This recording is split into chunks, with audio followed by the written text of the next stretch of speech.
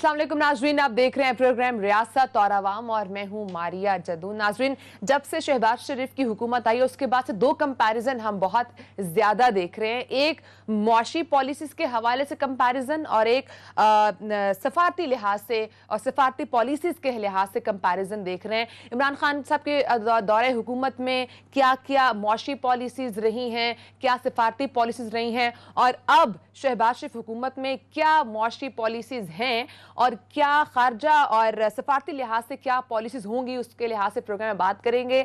और सफारती पॉलिसी के हवाले से बात करने के लिए हमारे साथ स्टूडियोज में होंगे नाजरीन सहाफ़ी तज्ज़िया ईसा नकवी साहब, और हम बात करेंगे जो मुआशी पॉलिसीज के हवाले से वो प्रोग्राम के दूसरे हिस्से में नाजरीन ज्वाइन करेंगे मिर्ज़ा इख्तियार बेग साहब, माहिर मुआशियात है, उनसे पूछेंगे कि इस वक्त की जो हुकूमत है उनकी क्या मुआशी पॉलिसीज है और वो किस तरह से डिफरेंट हैं जो इमरान खान साहब की रजीम में पॉलिसीज रही हैं। मेरे साथ स्टूडियो में मुझे नाजरीन सहाफ़ी तज्ज़ियाकार अदील और सहाफ़ी तज्ज़ियाकार ईसा, बहुत शुक्रिया आपने आज भी हमें टाइम दिया है। ईसा, प्रोग्राम का आगाज़ भी मैं आपसे करूँगी। जब से शहबाज शरीफ साहब की हुकूमत आई है उसके बाद से एक नई बहस छिड़ गई है, वो ये कि चूँकि जो हमारे वज़ीर ख़ारजा हैं उनका ताल्लुक पाकिस्तान पीपल्स पार्टी से है और ओवरऑल अगर वज़ीर आज़म की बात की जाए, ओवरऑल हुकूमत की बात की जाए, तो उसको हेड करने के लिए शहबाज शरीफ साहब हैं जिनका ताल्लुक मुस्लिम लीग नून से है। तो ये जो खारजा पॉलिसी होगी ये नून लीग की प्रिवेल करेगी या पाकिस्तान पीपल्स पार्टी की प्रिवेल करेगी? देखिए, ये बड़ा डिलेमा है क्योंकि खारजा पॉलिसी हो, फाइनेंस इकोनॉमी की पॉलिसी हो, ये ख़ास तौर पर दो ऐसी पॉलिसीज़ हैं जिसके बर्डन जो है और उसकी ज़िम्मेदारी लामहला जो है वो हुकूमत के ऊपर आती है। अब हुकूमत कौन कर रहा है? जब आपने डिवाइड कर लिया उसको 2, 3, 4 पार्टीज़ आपके बहुत ज़्यादा एलाइज़ हैं, उसमें फिर ये डिटरमिन करना कि पीपल्स पार्टी जो है वो at the end of the day कहे कि हमारी ज़िम्मेदारी तो नहीं, ये तो शहबाज शरीफ की खारजा पॉलिसी थी और हम तो बस उसको चला रहे थे, या फिर नून लीग जो है वो ख़ुद को डिटैच कर ले। क्योंकि इस वक्त दो मामलात ऐसे हैं, आपने देखा कि जब भी कोई हुकूमत आती है उसके लिए ग्रेस पीरियड होता है, उसका एक जिसको कहते हैं कि हनीमून पीरियड, जिसमें अवाम जो है उनके ऊपर उस तरीके से तनकीद नहीं कर रही होती, मीडिया उनको टाइम दे रहा होता है, एक ब्रीदिंग स्पेस होती है उनके पास। ये जो हुकूमत कायम हुई है, जिन सर्कमस्टेंसेस में ये कायम हुई है, इनके पास वो ब्रीदिंग स्पेस नज़र नहीं आती, वो ग्रेस पीरियड नज़र नहीं आता। खान साहब ने कहा था 100 डे प्लान होगा, 100 दिन तक का टाइम दें, लोगों ने टाइम दिया, पेशेंस से देखा और वो एक हनीमून पीरियड उनके पास एक ग्रेस पीरियड था। उससे पहले जिसमें नवाज शरीफ की हुकूमत आई थी तो 2014 में आके उनको पहला टफ टाइम मिला था जब इमरान खान ने धरना किया था। इसी तरह जब पीपल्स पार्टी की हुकूमत आई थी 2008 में तो उनकी और नून लीग की मुश्तरका हुकूमत बनी थी, तो वो पहला साल काफ़ी यानी 6-8 माह जो है वो ग्रेस पीरियड में गुजर गए थे। अभी तो यही नहीं डिटरमिन हुआ कि इस हुकूमत ने कायम कब तक रहना है, कब नेक्स्ट जनरल इलेक्शंस जो हैं वो कॉल हो जाएं, तो टाइम बहुत कम है, जिसे कहते हैं ना वक्त कम है और मुकाबला सख्त है। तो वो सूरत हाल है और बिल्कुल माइक्रोस्कोपिक तरीके से बड़ा खूर्दबीनें लगा के इनकी हर मूव को जो है वो परखा जा रहा है। और ख़ास तौर पर क्योंकि ये जनरल इलेक्शन के नतीजे में हुकूमत कायम नहीं हुई, उसकी वजह से इनका लामहला हर सूरत कंपैरिजन जो है वो उस हुकूमत के साथ होगा जो इससे पहले चल रही थी। ये अपना मैनिफेस्टो अनाउंस करके इलेक्शन लड़के नहीं आए। जो मैनिफेस्टोज अनाउंस हुए थे, मंशूर अनाउंस हुआ था कि हम क्या करेंगे अगर हम हुकूमत में आ गए, वो हुआ था 2018 से पहले।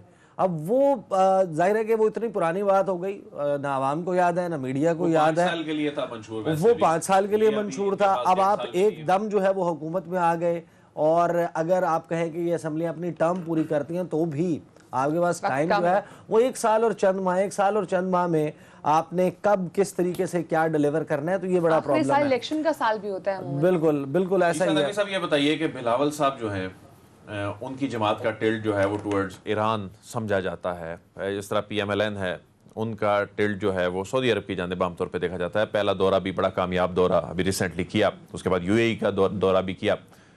तो ऐसे में जो खारजा पॉलिसी है वो ईरान के हवाले से, सऊदी अरब के हवाले से, उसमें कौन से चैलेंजेस आप देख रहे हैं? अच्छा, टेक्निकली स्पीकिंग मैं आपको बताऊं कि पाकिस्तान में जो हुकूमतें हैं उनका टिल्ट जो है वो गल्फ़ की तरफ रहा है। ईरान के साथ उस तरीके से ताल्लुकात बेहतर करने की कोशिशें की, लेकिन आप देख लें कि ये एक फैक्ट है कि हमारा 959 किलोमीटर्स का बॉर्डर है ईरान के साथ और आपकी 74 सालों में एक ही बॉर्डर ओपनिंग थी, ताफ्तान बॉर्डर, ऑफिशियली एक ही क्रॉसिंग पॉइंट था, और दुनिया में कहीं नहीं होता कि 959 किलोमीटर्स का बॉर्डर हो और एक ही क्रॉसिंग पॉइंट हो। इंडिया की केस डिफरेंट है, उनके साथ हमने जंगें लड़ी हैं, उनके साथ हमारे और मामलात हैं, लेकिन उसमें भी नरमी और जो है वो इस किस्म की सख्ती वाला मामला होता रहता है। तो ईरान के हवाले से वो नहीं है। लेकिन एक बात है कि जो पीपल्स पार्टी का मिजाज रहा है माजी में, और उनके मिजाज भी तब्दील होता रहा है। जो जुल्फ़िकार अली भुट्टो की खारजा पॉलिसी थी, वो बेनज़ीर भुट्टो की खारजा पॉलिसी उस तरीके से नहीं थी। जो बेनज़ीर भुट्टो की खारजा पॉलिसी थी वो आसिफ अली जरदारी की खारजा पॉलिसी नहीं थी। तो अब ये कहना कि अब उसी तरीके से होगा, लेकिन एक चीज़ बहुत अहम है, देखें जितनी पोलराइजेशन हुई हुई है, जितना मामला चल रहा है, उसमें जिस किस्म के अदसे लगे हुए हैं ना इस फॉरेन पॉलिसी के ऊपर, क्योंकि खान साहब ने जो काम किया, जिस तरीके से उन्होंने पूरे जो सियासत है उसका रुख, उसका फोकस जो है वो खारजा पॉलिसी पर कर दिया। उनका सबको मालूम है कि उनका नैरेटिव क्या है अमेरिका के हवाले से। वो कहते हैं, उनका क्लेम है कि एक रिजीम चेंज ऑपरेशन हुआ था। तो अब जो भी कदम उठाएगी ये हुकूमत अमेरिका के हवाले से, चाइना के हवाले से, रशिया के हवाले से और गल्फ किंगडम्स के हवाले से, ईरान के हवाले से, इन तमाम को कंपेयर किया जाएगा उस वक्त से। जो अब जिस तरह ITI आपने ट्रेन, कंटेनर ट्रेन चलाई थी खान साहब ने, जो इस्लामाबाद तेहरान इस्तांबुल की कंटेनर ट्रेन है, क्या वो जारी रहेगी इसी तरीके से जैसे वो चल रही थी? जो गिब्द रमदान के 2 बॉर्डर ओपनिंग खोली थी ताफ्तान के बाद, 2 मजीद अनाउंस की थी जिनके ऊपर काम चल रहा था, क्या वो बॉर्डर ओपनिंग ये खोलेंगे या नहीं खोलेंगे?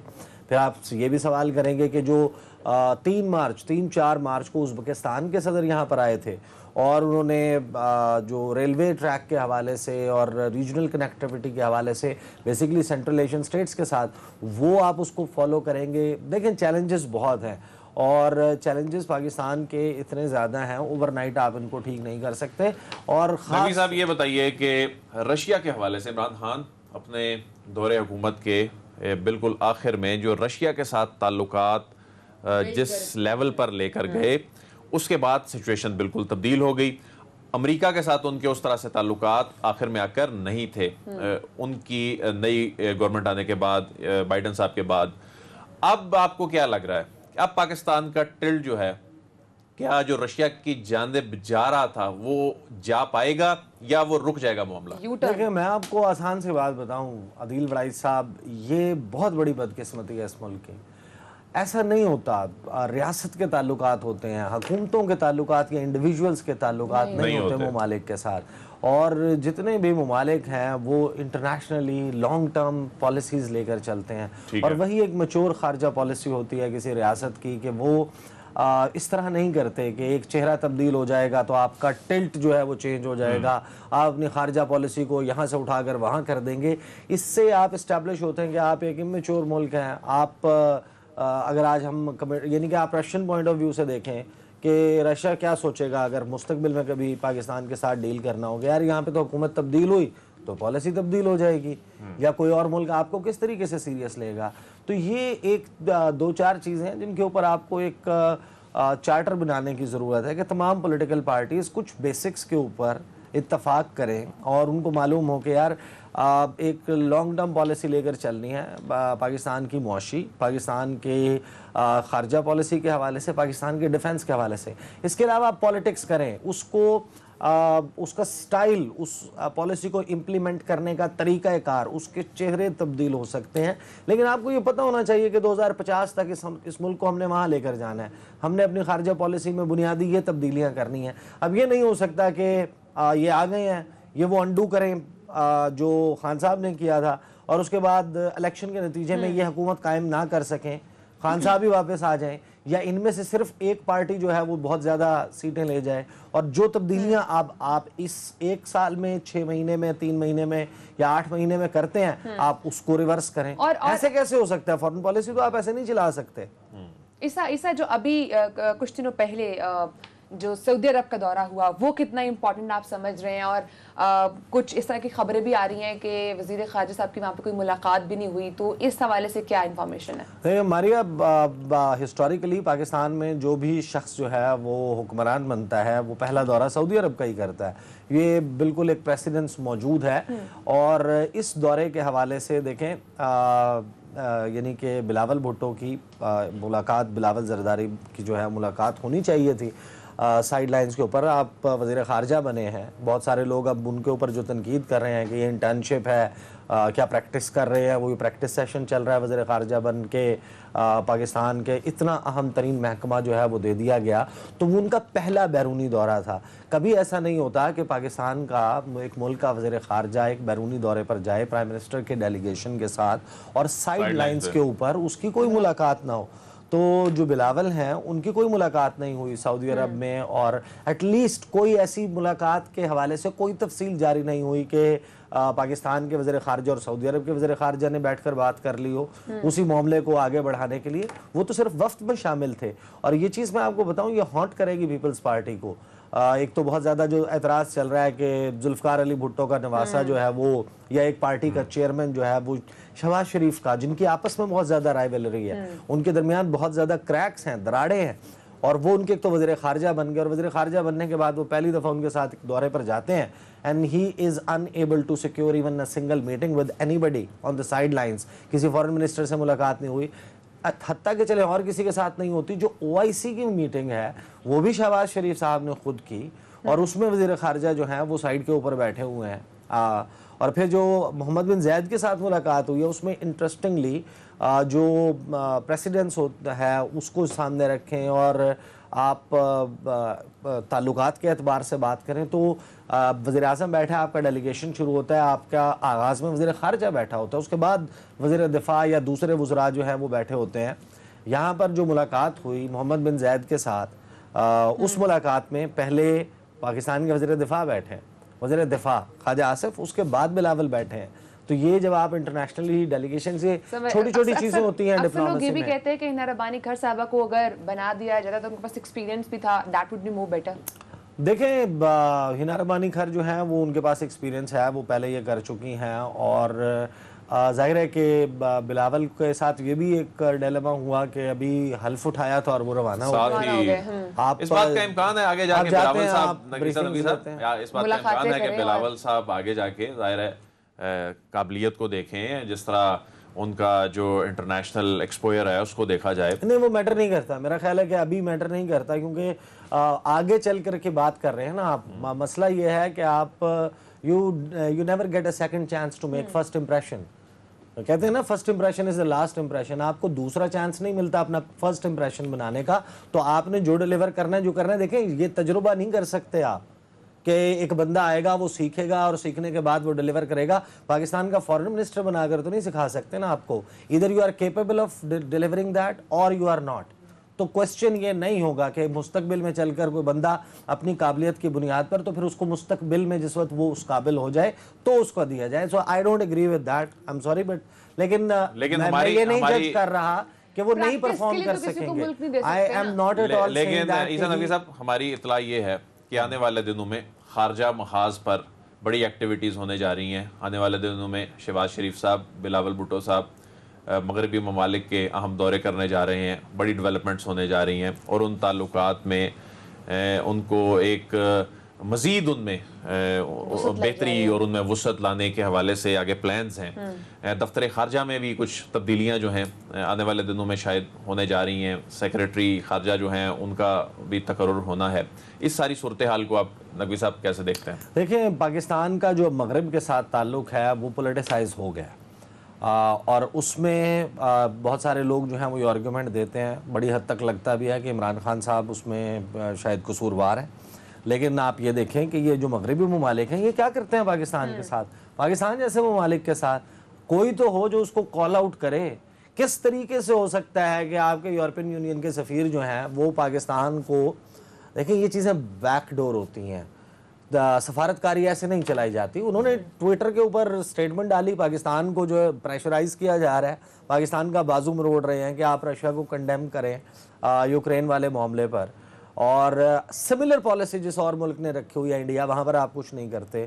تو جو ملک جنہوں نے سٹینڈ لینا ہوتا ہے پھر وہ کیا کرتے ہیں کہ لاسٹ ایئر غالباً اکتوبر 22-23 تاریخ تھی, اسی قسم کا سٹیٹمنٹ عثمان کوالا کے حوالے سے ٹرکی میں دیا تھا. 10 ممالک نے, امریکہ ان میں شامل تھا, ان کے نیٹو کے, ٹرکی کے اور G7 والے ممالک ان کے سفیر تھے. انہوں نے اگلے دن یہ اناؤنس کیا کہ ہم ان کو پرسونا نان گراٹا ڈکلیئر کر کے ان کو غیر پسندیدہ شخصیت قرار دے کے ملک سے نکالنے کا فیصلہ کر رہے ہیں اور ہم یہ پروسیس شروع کر رہے ہیں. کیا ہوا اس کا نتیجہ؟ منڈے کو, یعنی کہ 2 دن کے بعد یا 3 دن کے بعد انہوں نے اپنے بیان واپس لیے, انہوں نے معذرت کی اس بیان کے اوپر. تو ممالک ایسے کرتے ہیں. نہیں, لیکن وہ آپ بھول گئے نا کہ بیکاریوں کے پاس کوئی چوائس نہیں ہوتی. اب دیکھیں, اب یہ اگین دس میٹرز اے لاٹ. اگر آپ کا جو لیڈر ہے وہ کہیں پر جانے سے پہلے 2-3 چیزیں کی. آپ اگر اٹھا کر دیکھیں, شہباز شریف صاحب نے جس وقت ابھی اوتھ نہیں لیا تھا, یعنی کہ وہ باقاعدہ آئینی طور پر وزیر اعظم نہیں بنے تھے, حلف نہیں اٹھایا تھا انہوں نے, ابھی وہ پرائم منسٹر الیکٹ تھے, پارلیمنٹ میں ان کے ووٹ ہو چکے. تو انہوں نے جب پہلی مرتبہ floor of the national assembly سنبھالا, وہاں پر بطور قائد ایوان انہوں نے جو تقریر کی, اس تقریر میں ایک میجر پورشن فورن پالیسی کے حوالے سے تھا, پاکستان کے خارجہ تعلقات کے حوالے سے تھا. اور اس میں جو وہ گفتگو کر رہے ہیں, اس گفتگو کو ایک مرتبہ ذرا اینالائز کر کے دیکھ لیں کہ وہ کہہ رہے ہیں کہ میری تو زبان جلتی ہے ایسی بات کرتے ہوئے سعودی عرب کے حوالے سے جو پہلے وزیر خارجہ کر گئے, اور یہ کس طریقے سے مغربی ممالک یہ یورپ کے حوالے سے اس طرح کی بات کر سکتے ہیں. یعنی آپ اگر آلریڈی جب یہ کہیں گے کہ وینٹیلیٹرز لگے ہوئے ہیں, ہم تو مجبور ہیں, ہم جو ہے وہ بیگرز آر ناٹ چوزرز, جب آپ اس قسم کی گفتگو کرتے ہیں تو ظاہر ہے کہ آپ کے پاس وہ ایک لیوریج نہیں رہتی ملاقات میں جب آپ نیگوشیٹ کرتے ہیں, اور وہ جب آپ نے اپنی بات منوانی ہوتی ہے تو ظاہر ہے کہ یہ چیزیں ہوتی ہیں.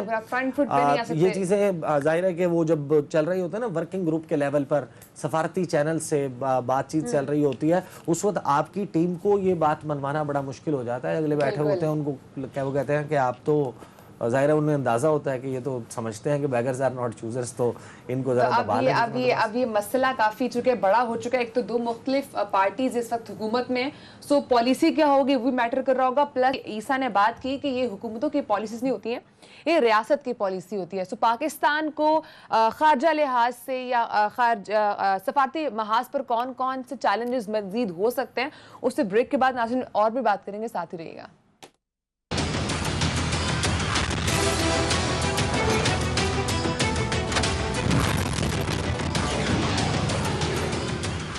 ویلکم بیک ناظرین. بریک پر جانے سے پہلے اسی چیز سے آپ نے بات کی تھی, آپ نے کہا یہ چیلنجز یا یہ پالیسیز یا جو بھی آپ کا نیریٹو ہوتا ہے, یہ خارجہ اگر محاذ پہ دیکھا جائے تو یہ حکومتوں کا نہیں ہوتا, یہ ریاست کا ہوتا ہے. سو پاکستان کے کیا چیلنجز ہیں اس وقت؟ دیکھیں, پاکستان کے سامنے آپ دیکھ لیں کہ ایک چیلنجز کا انبار ہے. پاکستان جو ہے وہ فائنینشیل ایکشن ٹاسک فورس کی گرے لسٹ میں ہے, اور جون میں جو ہے وہ ایک مرتبہ پھر ہیئرنگ ہوگی پاکستان کے معاملے پر. اور اسی طریقے سے یہ IMF والا معاملہ ہے, دیگر ممالک کے ساتھ معاملات ہیں, ان کو کس طریقے سے انہوں نے آگے لے کر چلنا ہے. امریکہ کے ساتھ جو ہے وہ تقریباً پاکستان کا we have a dead relationship, almost dead relationship. وہ کہتے ہیں کہ پاکستان جو ہے اس کو امریکہ کے وینٹیلیٹرز لگے ہوئے ہیں. بیسیکلی پاکستان اور امریکہ کے تعلق کو وینٹیلیٹر کے اوپر پڑا ہوا ہے, اور اس میں امریکہ کی ایک گلوبل جو لڑائی ہے چائنا کے ساتھ, اس کا بڑا عمل دخل ہے. بہت سارے لوگ سمجھتے ہیں فرق پڑے گا نہیں امریکہ کے ساتھ تعلقات کے حوالے سے. دیکھیں, میں اس دن بھی آپ کے ساتھ پروگرام میں بیٹھا ہوا تھا, میں نے آپ کو کہا تھا کہ پاکستان جو ہے اس کے کیا مسائل ہیں, پاکستان کے ساتھ مسئلہ کیا ہے, وہ کیا چاہتے ہیں. آپ 4-5 چیزیں کر دیں ان کے لیے. پاکستان, آپ کشمیر چھوڑ دیں, آپ اسرائیل کو تسلیم کر لیں, آپ اپنا نیوکلیئر پروگرام رول بیک کر دیں, اور آپ چین کے ساتھ اپنے تعلقات کو تھوڑا سا کولڈ کر دیں. بس یہ مسئلہ آپ سارا مغرب آپ کا دوست بن جائے گا. یہ تو آپ کی ریاست نے, آپ کی حکومتوں نے, آپ کی سیاسی جماعتوں نے یہ طے کرنا ہے نا کہ آپ یہ کریں گے یا نہیں کریں گے. اچھا عیسیٰ نقوی صاحب, یہ ہم کب سے, گزشتہ سال سے یہ رپورٹ کرتے آ رہے ہیں کہ جی ہمیں 27 نکات پر ایکشن پلان دیا تھا, ایک رہ گیا جی, ایک کی وجہ سے ہم گرے لسٹ سے نہیں نکل رہے، لیکن بہت سے لوگ یہ سمجھتے ہیں کہ یہ، حالانکہ ہمیں فارن آفس کے جو ذرائع ہیں وہ تو یہ کہتے ہیں کہ ایک بھی قانون کے تحت ان کا جو رولز ہیں اپنے FATF کے، ایک بھی پوائنٹ پر اگر عمل نہ ہو تو وہ ہم گرے لسٹ سے، یا کوئی بھی ملک گرے لسٹ سے نہیں نکل سکتا. اب تو بڑے بڑے تگڑے ملک جو ہیں وہ فہرستوں میں شامل ہو رہے ہیں، گرے لسٹ میں شامل ہو رہے ہیں. لیکن عیسیٰ نقوی صاحب، یہ بھی تاثر پایا جاتا ہے کہ یہ ہماری عام ٹویسٹنگ بھی ہے، اور یہ کسی حد تک درست بھی ہے تاثر، کہ اس کے ذریعے یہ پولیٹیکل ہے. اور جس طرح سے بھارت وہاں کی اندرونی باتیں لیک کرتا ہے، اور جس طرح سے وہ پاکستان کو نیچا دکھانے کی کوشش کرتا ہے اور پاکستان سے متعلق سازش کر رہا ہوتا ہے. اب عیسیٰ نقوی صاحب، موجودہ دور میں آپ کو اس بات کا امکان نظر آتا ہے کہ یہ جون میں، کم از کم چلیں جون میں نہیں، اس کے 4 مہینے بعد ہم گرے لسٹ سے نکل آئیں گے؟ میرا خیال ہے کہ اٹس ٹو ارلی ٹو سے، ریلیکسیشن مل سکتی ہے، بالکل مل سکتی ہے، اور پہلے ہی مل جانی چاہیے تھی.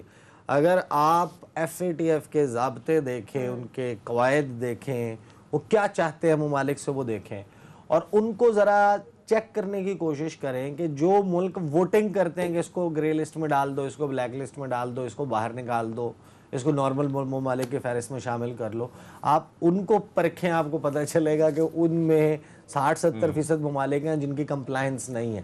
یعنی کہ ان کی وہ تو جو ڈیسائیڈ کر رہے ہیں، چل رہی ہے عیسیٰ نقوی صاحب، ان کی تو معیشت ہی ان پہ چل رہی ہے. جو الزامات وہ ہم پہ لگاتے ہیں، وہ جو کہا جاتا ہے جی کہ وہ رقم وہاں جاتی ہے، وہاں پر کاروبار بنائے جاتے ہیں، جائیدادیں بنائی جاتی ہیں، تو یہ تو ان ممالک کی تو بہت ساروں کی منی لانڈرنگ، اگر منی لانڈرنگ ان کا ایک سبجیکٹ ہے تو منی جو ہے وہ لانڈر ہوتی ہے، تو لانڈر ہو کے وہ ایک ملک میں جاتی بھی تو ہے نا، ایک ملک سے جاتی ہے اور ایک ملک میں جاتی ہے، ایک ملک سے آتی ہے اور ایک ملک میں پہنچتی ہے. جب آپ اس سوال کو پروب کریں گے تو ایک ملک تو نہیں ہوگا نا پھر ذمہ دار، دوسری طرف بھی کوئی سکم موجود ہے، دوسری طرف بھی مسائل موجود ہیں، وہاں پر کیا ایکشن لیا جا رہا ہے، وہاں کس طریقے سے اس کو ایڈریس کیا جا رہا ہے. پھر جب وہاں سے جاتے ہیں اور ان کے پاس جب پیسہ آتا ہے، وہ یہ سوال نہیں کرتے، آتے ہوئے پیسے پہ کوئی سوال نہیں کرتا. آ رہا ہے، ہمارے ہاں انویسٹمنٹ ہو رہی ہے، پراپرٹیز خریدی جا رہی ہیں، بڑی مہنگی پراپرٹیز خریدی جا رہی ہیں، کوئی اعتراض نہیں ہے. جب آپ کہیں گے آپ کے پاس سے جا رہا ہے تو پھر ظاہر ہے کہ اس کے اوپر مسئلہ آ جائے گا. بہرحال یہ ایک پولیٹیکل ٹول ہے، یہ طے شدہ بات ہے، اسے عام ٹوسٹنگ کے لیے استعمال کیا جا رہا ہے، اور وہ اس کے شواہد موجود ہیں، باقاعدہ نظر آتا ہے کہ لابی کر کے باقاعدہ نظر آتا ہے. اور یہ جس وقت میں آپ کو یہ بھی یاد کرا دوں کہ جو ڈونلڈ ٹرمپ تھے نا، فائنل میں 2 سینٹنسز میں، ڈونلڈ ٹرمپ نے اور امریکہ نے اس وقت جب دوحہ ایگریمنٹ کروانا تھا، طالبان کا ان کا بریک تھرو کروانا تھا، پاکستان سے یعنی کہ ان آفیشیل چینل سے پاکستان کو کہہ دیا تھا آپ یہ کروائیں، ہم آپ کو گرے لسٹ سے نکلوا دیں گے. اگر تو یہ پیمانہ ہے گرے لسٹ سے نکلنے کا کہ آپ امریکہ کا فلاں کام کر دیں، that means it is political, اور اس کو مانا بھی نہیں جا سکتا. بہت شکریہ عیسیٰ، آج آپ نے پروگرام کو ٹائم دیا. ناظرین، بریک کا ٹائم ہے. بریک ہمارے ساتھ مرزا اختیار بیگ صاحب ہو گئے، ان سے پوچھیں گے کہ جہاں پر ابھی ہم نے بات کی خارجہ پالیسیز کے اوپر سے، اب ہم بات کریں گے بریک کے بعد ناظرین معاشی اسپیکٹ سے پاکستان کو کیا چیلنجز ہیں، تو ساتھ ہی رہیے گا.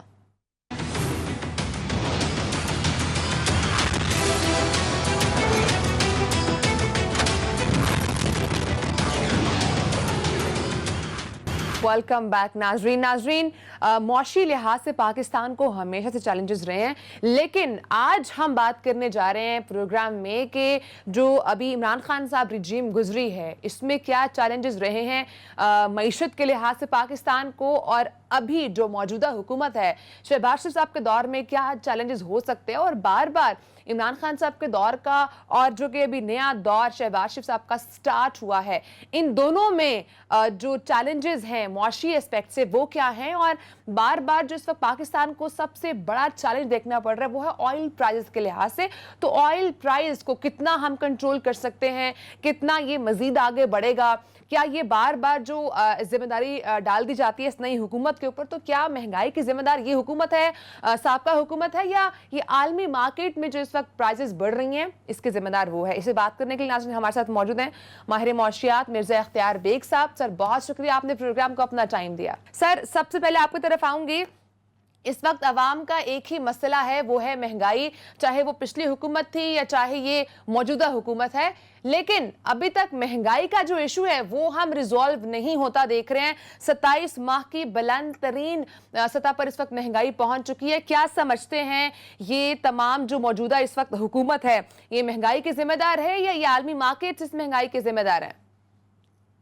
देखिए, मौजूदा हुकूमत को तो कुछ भी नहीं किया जा सकता है, चंद हफ्ते भी उनको नहीं हुए हैं। ये महंगाई जो है ये दोनों चीजों का रद्द अमल है। एक तो आउटगोइंग जो हुकूमत थी पीटीआई की, उसकी माशी पॉलिसीज थी, और दूसरे ऑफ कोर्स इंटरनेशनली भी ऑयल की कीमतों में इजाफा हुआ है और ज़रूरी अजनास की कीमतों में इजाफा हुआ है, जिससे महंगाई देखने में आई है। सवाल ये है कि महंगाई किसकी वजह से, इसमें तो ज्यादा बात करना मुनासिब नहीं है। इम्पोर्टेंट चीज ये है कि ये क्यों है और इसको किस तरह से बेहतर किया जा सकता है। आप खत्म तो नहीं कर सकते, कम कर सकते हैं। बिल्कुल। देख, पहली चीज तो ये है कि हमारे यहाँ जो आप इंपोर्ट कर रहे हैं पेट्रोलियम मसनूआत, वो 14 से 16 बिलियन डॉलर तक उसका बिल पहुंच गया। उसमें मेनली फर्नेस ऑयल आप इंपोर्ट कर, यानी आप अपने बिजली घर जो है वो तमाम के तमाम फर्नेस ऑयल पे चला रहे हैं, जो दुनिया में सबसे महंगा फ्यूल है बिजली पैदा करने का। इससे जो बिजली पैदा हमारे यहाँ होती है वो 24 और 25 रुपए फी यूनिट बनती है। लेकिन हमारे पास जो दूसरे जराए हैं जो खुशकिस्मती से पाकिस्तान में अवेलेबल भी हैं, उसको हमने इस्तेमाल नहीं करा इतना। जिसमें विंड पावर है, जिसमें शमसी तवानाई है, जिसमें हाइड्रो से बिजली पैदा करना है, जिसमें कोयले से बिजली पैदा करना है। 175 बिलियन टन के रिजर्व हैं। हर में 2 कोयले के प्रोजेक्ट अभी तक लग पाए हैं। तो न्यूक्लियर एनर्जी है, तो ये आपने नहीं करा। तो आप 16 बिलियन का इंपोर्ट कर रहे हैं, महंगी तरीन बिजली बना रहे हैं उन बिजली घरों से, फर्नेस ऑयल वाली, जो नाकारा हैं, जिनकी एफिशिएंसी निहायत कम है। तो एक तो ये आपका बिजली की कीमतें जो हैं ये आपको कमर तोड़ लेंगे। दूसरे, ज़राअत के शोबे को नजरअंदाज किया गया है। आपने ये देखना है कि जो चीजें हम एक्सपोर्ट करते थे, आज वही चीजें हम इंपोर्ट कर रहे हैं। आज हम शुगर इंपोर्ट कर रहे हैं, आज हम गेहूं इंपोर्ट कर रहे हैं, आज हम दालें इंपोर्ट कर रहे हैं, आज हम मसाला जात इंपोर्ट कर रहे हैं, खुर्दुनी तेल हम इंपोर्ट कर रहे हैं। तो ये चीजें इंपोर्ट करके 186 रुपए डॉलर पे आप सस्ता नहीं दे सकते। बिल्कुल। ये मुकामी पैदावार होती थी इन चीजों की। ये गेहूं सरप्लस होता था, शक्कर हम एक्सपोर्ट करते थे। इसको मैंने आपकी पॉलिसियों में नुक्स है। आप फर्टिलाइजर की को यकीनी नहीं बनाया, पानी की सप्लाईज को यकीनी नहीं बनाया। फिर पॉलिसीज में लोगों ने धड़ाधड़ जो शुगर केन के इलाके थे जहाँ कॉटन पैदा होती है उसको शुगर केन पे मुंतकिल कर दिया, गन्ने पे मुंतकिल कर दिया। कॉटन की प्रोडक्शन जो 13 मिलियन बेल होती थी वो आपकी कम होके 8 मिलियन बेल। ये सब वो चीजें हैं जो बुनियादी गलतियां हैं, जो आपकी ज़राअत को मफलूज कर दिया है, जो आपकी जो अजनास लोकल पैदा होती थी आज इंपोर्ट कर रहे हैं। अगर इनको भी आप कम कर लेते 7 बिलियन को और ये 3 या 4 बिलियन हो जाती तो 4 बिलियन का वहां, तो ये वो चीजें हैं महंगाई। फिर बेग साहब मौजूदा हुकूमत में जाहिर है जो कहा जाता है कि इनकी जो मुआशी टीम है वो दूसरों से बेहतर है, और आकर जिस तरह शहबाज शरीफ साहब बड़े मुतहरिक नज़र आ रहे हैं। जो पैकेज इनको मिला है सऊदी अरब से, यूएई का भी बड़ा कामयाब दौरा किया है। तो ये तमाम चीज़ें, इन तमाम चीज़ों के असरात, फ़वाइद अवाम तक मुंतकिल होते नज़र आ रहे हैं, या अवाम को इस मरतबा भी यही बताया जाएगा कि आलमी मार्केट में जो कीमतें हैं वो चूँकि ज़्यादा हैं तो इस वजह से हम चूँकि इम्पोर्ट करते हैं। क्योंकि माजी में तो ये होता था कि गवर्नेंस पर डाला जाता था। अगर वो कहते थे आलमी मार्केट में कीमतें ज़्यादा हैं तो कहा जाता था नहीं, ये गवर्नेंस के भी मसाइल हैं इसमें। तो अब आपको लगता है कि अवाम को ये जो इसके समरात हैं ये मुंतकिल होते दिखाई दे रहे हैं?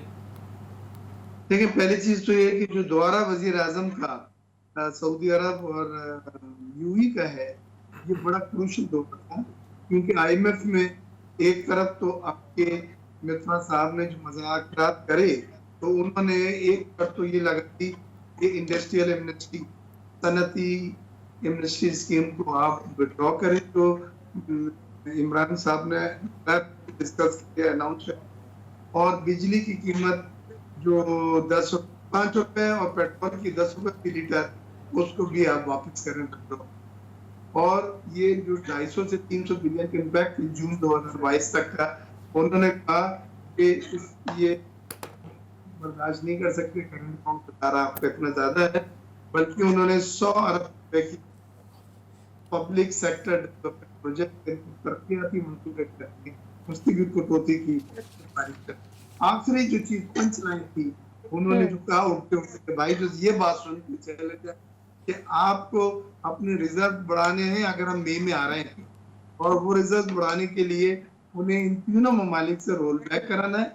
سعودی عرب کا انہوں نے بات کری ہے 8 بلین کے پیکج کی، جو ابھی بات کر کر آئے ہیں، اس میں انہوں نے آئل کی فیسلٹی 2.4 بلین کے قرضوں پہ تیل کی فراہمی ہے، اور 3 بلین کے جو ان کے ہمارے پاس سافٹ ڈپازٹ ہے اس کو بڑھا کے 5 بلین کا انہوں نے کہا ہے، تو 8 بلین کا سعودی عرب کی یو ای کے ڈپازٹ 2 بلین ہے، اس کو بھی رول اوور کرنے کی انہوں نے درخواست کی، اور کہا ہے کہ 1 بلین اگر اس میں چائنا کے ساتھ 4 بلین کا جن کے جو ڈیو ہو چکا تھا وہ انہیں دینا پڑا، لیکن چائنا نے وعدہ کرا کہ ہم رول اوور کر لیں گے 1 سال کا، لیکن کیونکہ 3 بینک اس میں شامل ہے وہ ٹائم لگ رہا ہے۔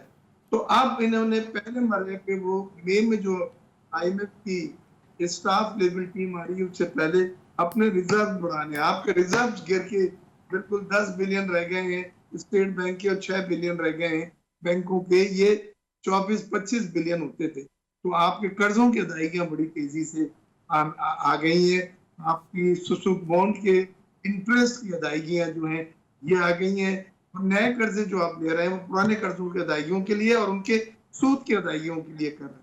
اللہ تعالیٰ کے لاکھ لاکھ شکر ہے کہ ایف بی آر کے ریونیو ٹارگٹ پچھلے 3 سال سے 20% گروتھ کے ساتھ بڑھ کے ہم کو مل رہے ہیں، اور ابھی بھی آپ کو سنا ہوا آج بیگ صاحب یہ پیسہ پہلی مرتبہ دیکھنے کو مل رہا ہے، کافی ریونیو حاصل کیا۔ بیگ صاحب یہ جو ریکارڈ قائم کیا ہے ایف بی آر کی ٹیم نے، بڑا اچھا کام کیا اور تمام ریکارڈ توڑ دیے ہیں، یہ تقریباً 2.5 ارب روپیہ جو زیادہ کلیکشن کی ہے، تو آپ کو اس مرتبہ لگ رہا ہے کہ جو ٹارگٹ پورے سال کا جو سیٹ کیا گیا ہے اس مرتبہ اس کو بھی کراس کیا جائے گا؟